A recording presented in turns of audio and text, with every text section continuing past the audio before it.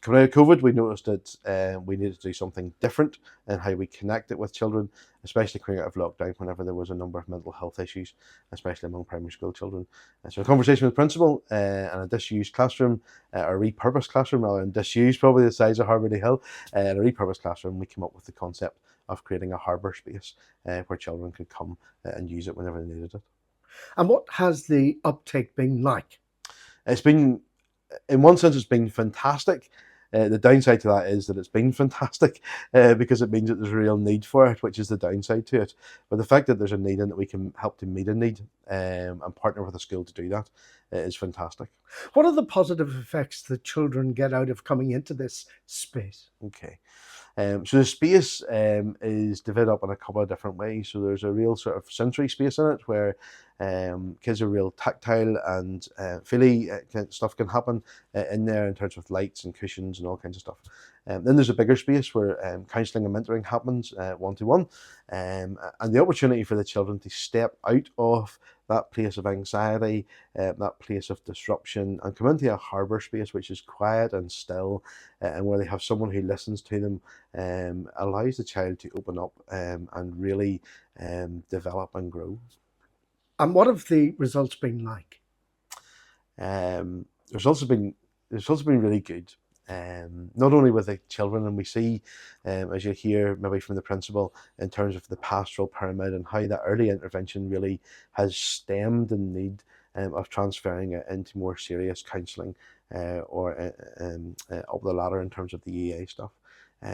But not just with the child, because we can see that some children come in and maybe with a few weeks of mentoring one-on-one, they find themselves in a space where they can really, they've got the skills and the abilities now and the coping mechanisms to move on with whatever it was that was disturbing them and troubling them. But not just that, with staff as well. The impact that this has had amongst staff, amongst teaching classes and amongst other pupils in their class is phenomenal.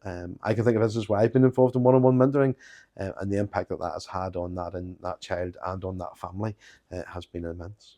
What does this say about the degree of partnership that exists between a school of this size, 560 pupils, and the Church of Ireland? I think it's a fantastic opportunity. It's an amazing opportunity just to get involved in more than just the assemblies or the board of governors, but to get in there, make partnerships with your local school.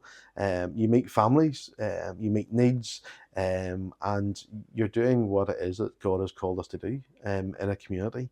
We're there as light and hope, a lighthouse, a harbour, a safe space, and the church is investing into that, which is a wonderful opportunity in a very subtle way to bring the kingdom of God to this place.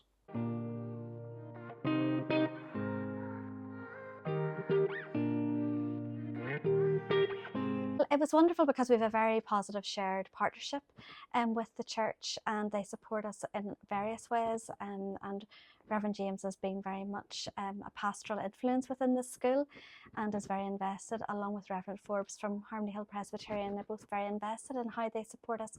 So I think it was lovely that in a pastoral space there was a pastoral link from church setting as well, because they've been invested in our culture and invested in supporting the needs of children and their families as well as our staff. There is a religious ethos here in Harmony Hill Primary School. You've said that the church and school is a church and school without walls.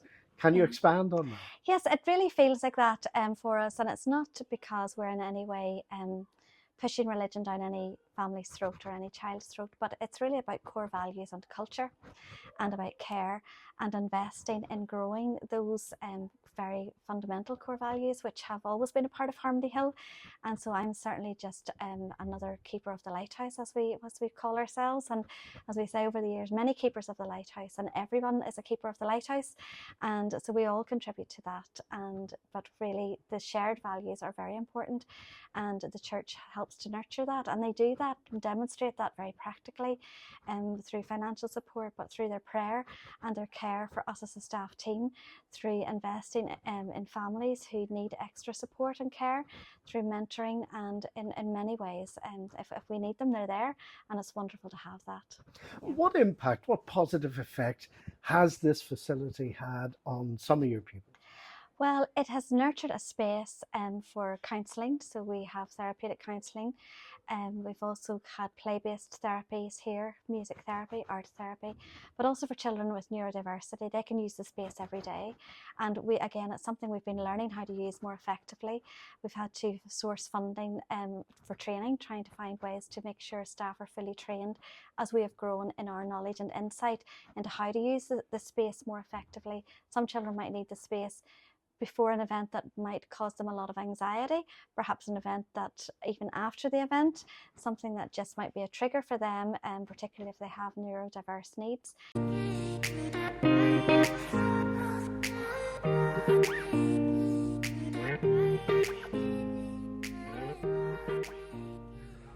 So over here we have just the separate sensory room with the bubble tube and the tunnel, the infinity tunnel, and the projector with all of the lights. That's in a separate area. We decided then to keep this area as a bigger space and a more open space that we can use this in lots of different ways. But there is a timetable there, a loose timetable that children have been timetabled to come for 20-25 minutes.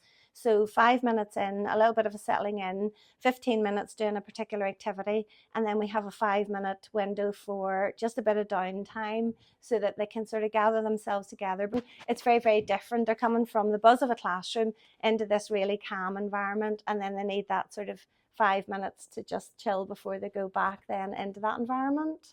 How much of an asset is it to Harmony Hill? It's a huge asset.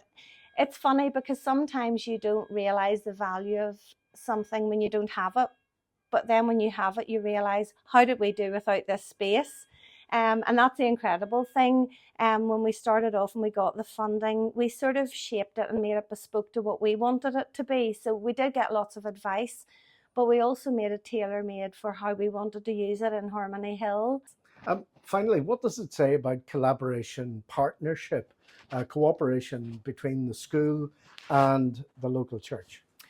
It's been amazing in that, we're very much based in a community here, and a lot of what we do, I mean, the children are from the community, the teachers also live and we work in this community. So to have that really close link with the church where they can support us in this way, both financially and pastorally, has been has had a huge benefit. Just being able to work, in anything, if you're on your own, you're paddling your own canoe, but the more people that you have there that can help you, it's a sense of team. And I think everything that we do in Harmony Hill, there's a real sense of team and a real sense of we want to move forward together. I suppose it links in a wee bit to the name of the room, the Harbour, okay, and you're thinking of a boat and a crew on a boat. And I suppose, the more people we have in that crew, the further that we can go. And I think just that partnership and developing that partnership and knowing that there are other people there that you can go to for help and advice. And just I suppose financially as well, there's all of that. It's like it's a spokes on a wheel. There are just so many facets to the way that we work together, but ultimately we're a community and it's about building community, and I think that's been the big thing.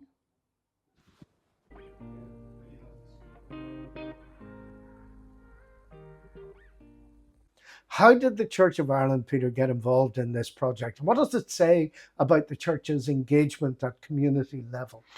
Well, the Board of Education Northern Ireland had some funds that they'd raised over a number of years, and they decided that they wanted those funds to encourage parishes to engage with their local school and to give practical support to their local school.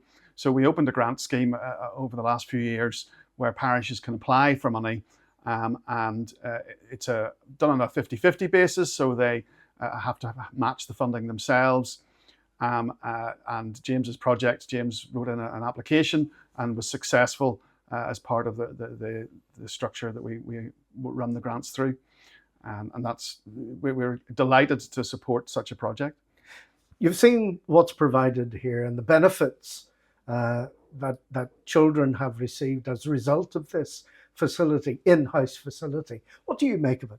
Well, I think it's fantastic. The school benefit, the local church benefit with a connection. It really shows Christianity in action. And I think it's a fabulous project. The other thing is that they've been led by the school.